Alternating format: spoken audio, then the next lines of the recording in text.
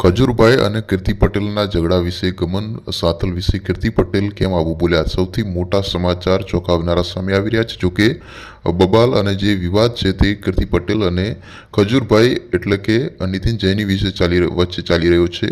અને એવામાં વચ્ચે કીર્તિ પટેલે ગમનભાઈ સાથલ ભુવાજીનું નામ કેમ લીધું છે તમને જણાવી દઈએ કે કીર્તિ પટેલનું એવું કહેવું છે, સોશિયલ મીડિયા પર લાઈવ આવીને કીર્તિ પટેલ એવું કહે છે કે ખજૂરભાઈ છે તે આ મામલો શાંત કરવા માટે દેવાયત ખવડ અને ભુવાજી ગમન સાથલને પણ ફોન કરીને કહી ચૂક્યા છે કે આ મામલો છે તે શાંત પડવરાવો.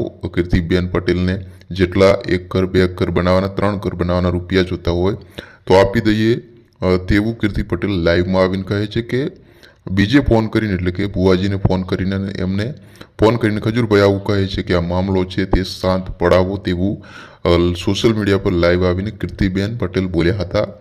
અને કીર્તિ પટેલે એ પણ કહ્યું હતું કે ગમન ભુવાજી અને દેવાયત ખવડ જેવા લોકોને પણ સાચું કહેવું જોઈએ, કારણ કે સાચું કહેવામાં ડર ના રાખવો જોઈએ. સાચું કહેવું જોઈએ. પોતાનો ભાઈ હોય તો પણ સાચું જ બોલવું જોઈએ. સામે કોઈ પણ હોય સાચાનો સાથ આપવો જોઈએ. કીર્તિ પટેલે સોશિયલ મીડિયા પર લાઈવ આવીને આવું કહ્યું હતું.